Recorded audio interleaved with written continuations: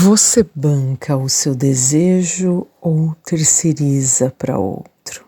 Essa é uma pergunta que eu quero que ressoe aí na sua consciência, não como provocação vazia, mas a chave para entender onde você está no eixo do seu desejo, ou seja, onde existe ali um campo de gozo que pode ser mortífero. Lacan nos ensinou que nem todo sofrimento é neurose.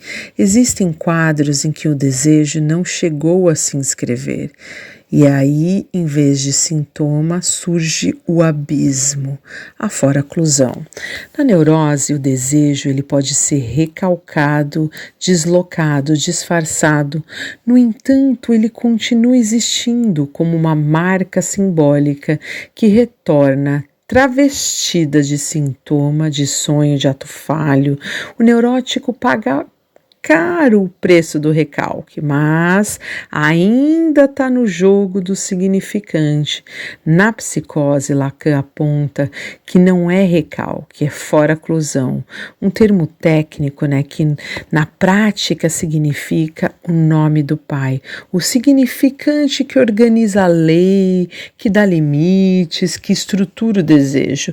Nunca foi inscrito, quando a gente tem aqui, na verdade, uma foraclusão. Não se trata de algo que foi reprimido, trata-se de algo que não foi inscrito no campo, do significante e, no entanto, o sujeito não consegue bancar o desejo, porque o desejo foi sequestrado do solo do simbólico e a gente precisa do solo do simbólico para apoiar o desejo. Pensando aqui juntos, o que a gente pode pensar nessa questão do nome do pai? O nome do pai, na verdade, é a inauguração da lei da castração simbólica que serve para amarrar esse desejo.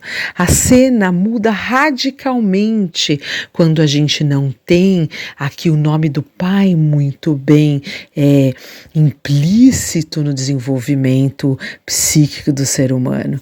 Então aqui algo aponta para um outro que foi barrado, e esse barrados no baile, é a grande falta que surge como um risco do outro absoluto, sem limites e invasivo.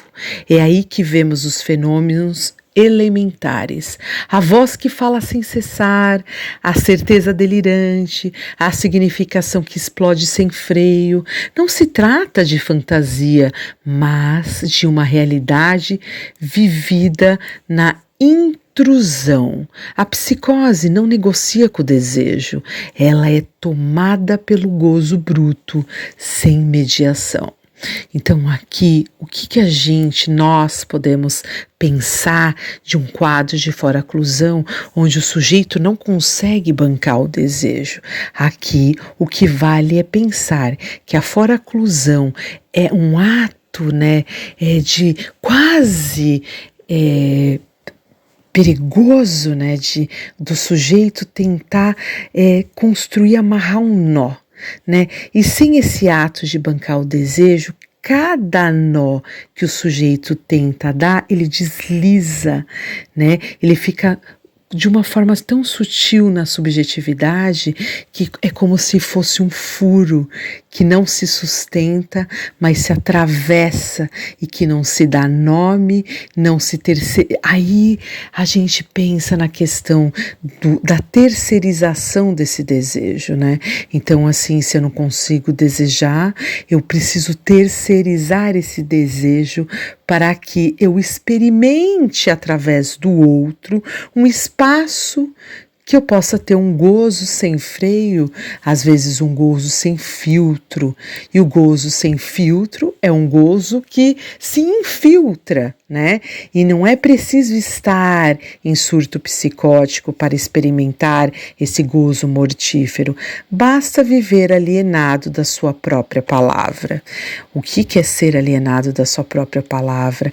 É você não conseguir dar nome para o desejo que você tem, que deveria ter, né, nesse caso da foraclusão, por esse grande outro. O desejo do homem é ser desejado por outro, mas isso significa que nós, seres humanos, temos que ser marionetes dos outros? Muito pelo contrário, a neurose sustenta isso pela falta. Isso significa o quê? Que a estrutura da relação com a linguagem é marcada por essa falta, por esse corte.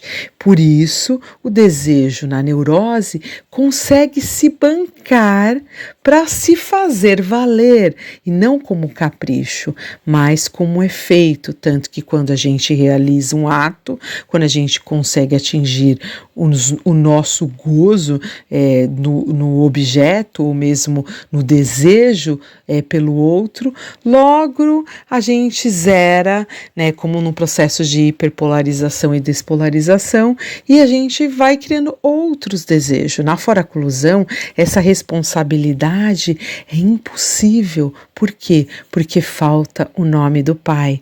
Na neurose, é inevitável, você paga o preço ali com o complexo de Édipo, e justamente por isso a gente tem a chance de simbolizar e de criar.